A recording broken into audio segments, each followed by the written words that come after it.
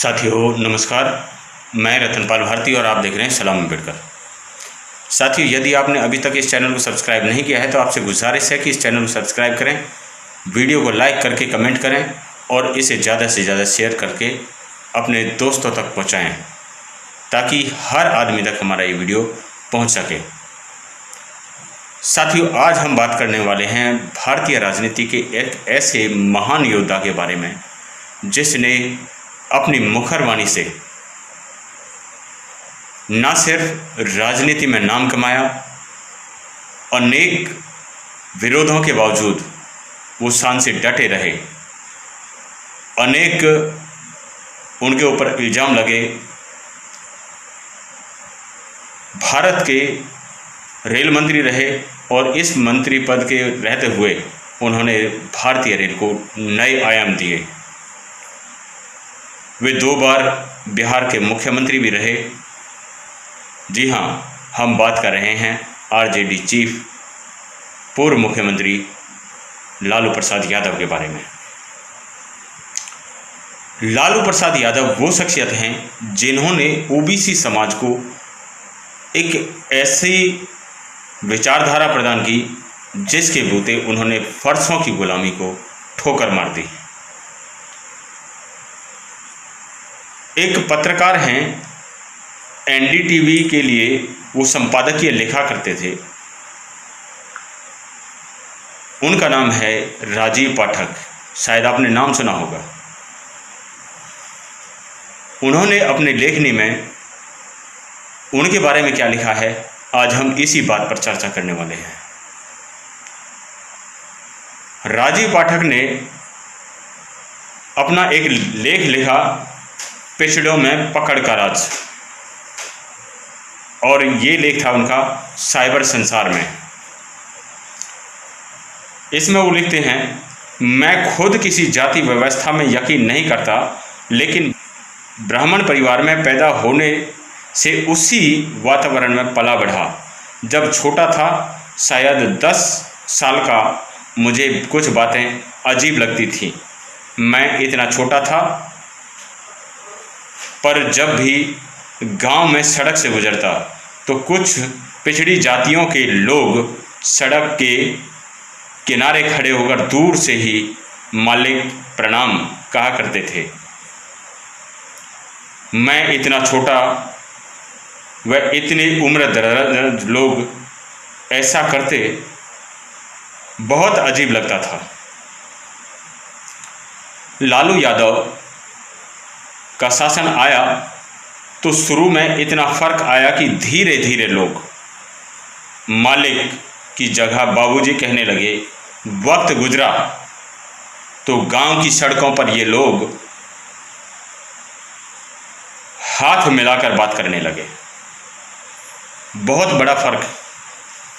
जहां लोग सड़क के किनारे पर सिर झुका करके खड़े होते थे, वो लोग सिर्फ बाबूजी कह करके या फिर हाथ मिला करके अभिवादन करने लगे ब्राह्मणों का। गांव के ब्राह्मण टोले में जहां मेरा घर है, सब इसके लिए लालू को जिम्मेदार मानते थे कि इसी व्यक्ति ने इन जातियों को सिर पर चढ़ाया कि आज वे हमसे आंख मिलाकर बात करते हैं, काम का पैसा बढ़ा दिया है, वगैरह वगैरह। तब समझ में आ गया कि जंगल राज के बावजूद लालू दोबारा चुनाव क्यों जीते। यहाँ जंगल राज का मतलब उनके ऊपर उनके शासनकाल के दौरान रणवीर सेना के द्वारा जो उत्पात बिहार के अंदर मचाया गया था, वो लालू प्रसाद यादव जी के सिर पर मढ़ दिया गया था कुछ ब्राह्मणवादी ताकतों के द्वारा। अगर हम उसे सच मान लेते हैं तो आज जो सवर्ण समाज के लोग दलितों के ऊपर अत्याचार कर रहे हैं, तो इसका मतलब वो योगी और मोदी जी के द्वारा प्रायोजित लोग हैं। तो इसके एवज में इनके ऊपर ये लांछन लगना चाहिए।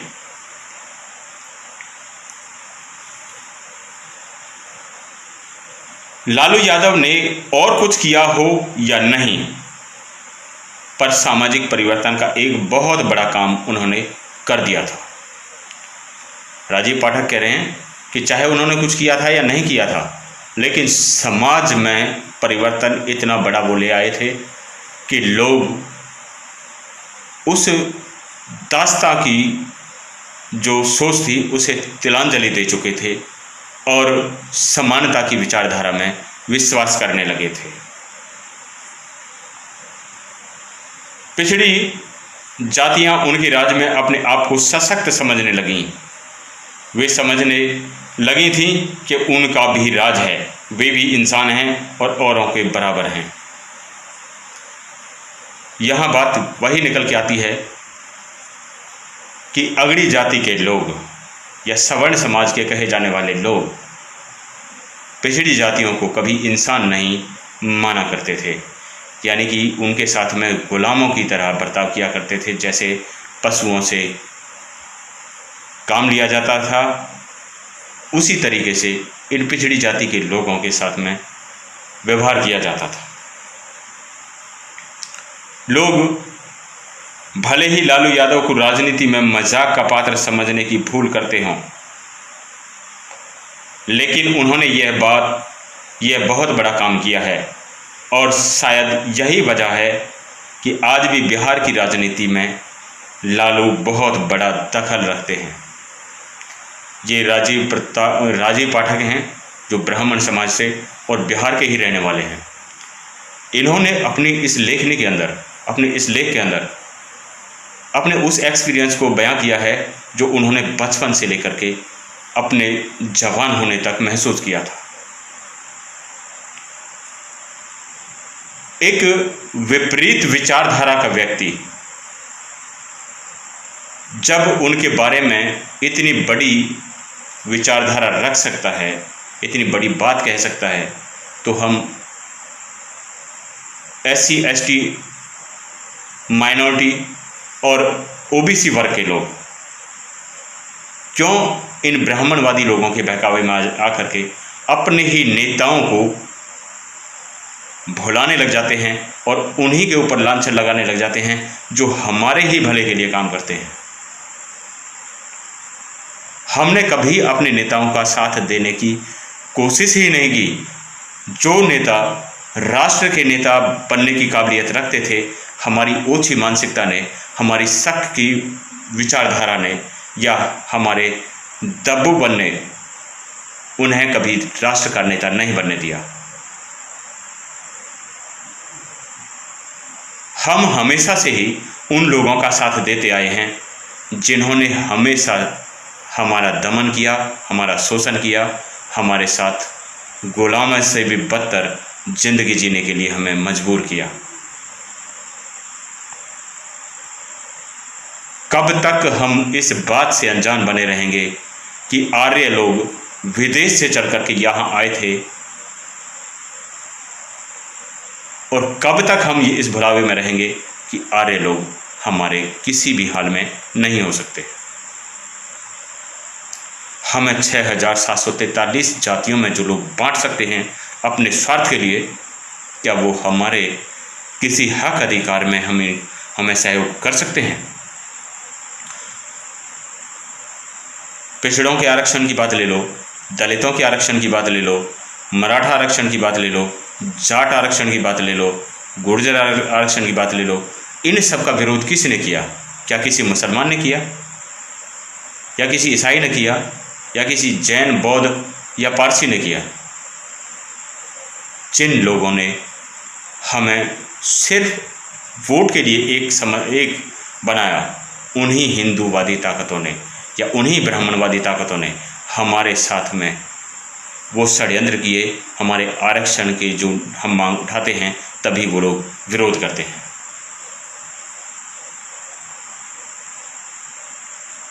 SC ST एक्ट के अंतर्गत जब 2 अप्रैल 2018 को आंदोलन हुआ, उस आंदोलन को विफल बनाने के लिए या उस आंदोलन में उपद्रव फैलाने के लिए कौन लोग आगे आए थे?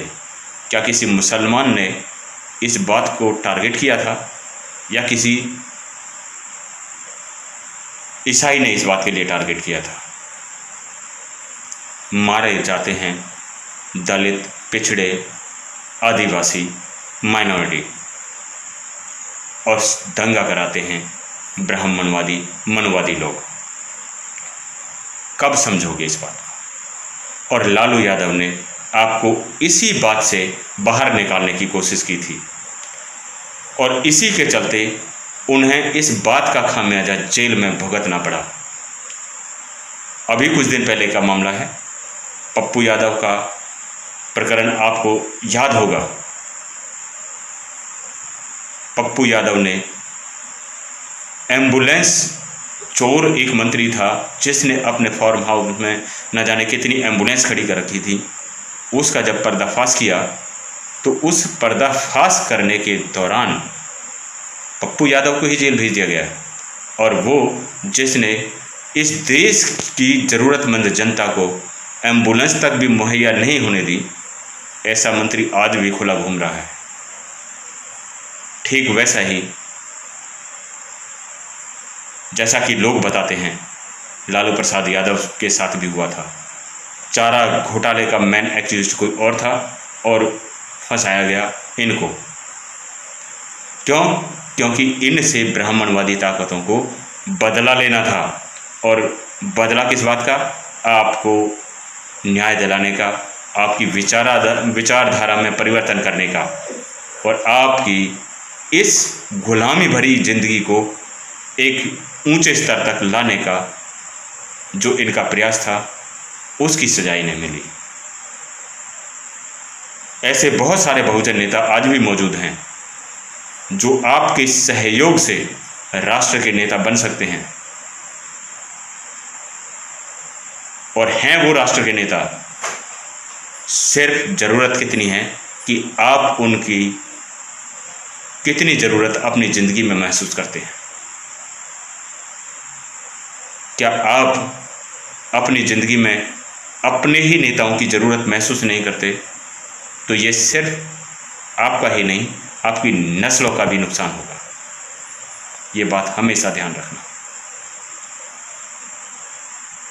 और ऐसे नेता बार बार आपके बीच में नहीं आते। लालू प्रसाद यादव जी की ज़िंदगी खराब हो गई, अब वो राजनीति से दूर हैं। आपके साथ में इस वक्त बहुत सारे बहुजन नेता हैं जिनका सहयोग करके आप अपने जीवन को और अपनी आने वाली नस्लों को बचा सकते हैं उस बर्बादी से, जैसा कि मनुवादी लोग चाहते हैं। वो चाहते हैं कि आप बर्बाद हों, लेकिन आपके ये नेता आपको बचा सकते हैं। ज़रूरत है आपके संभलने की।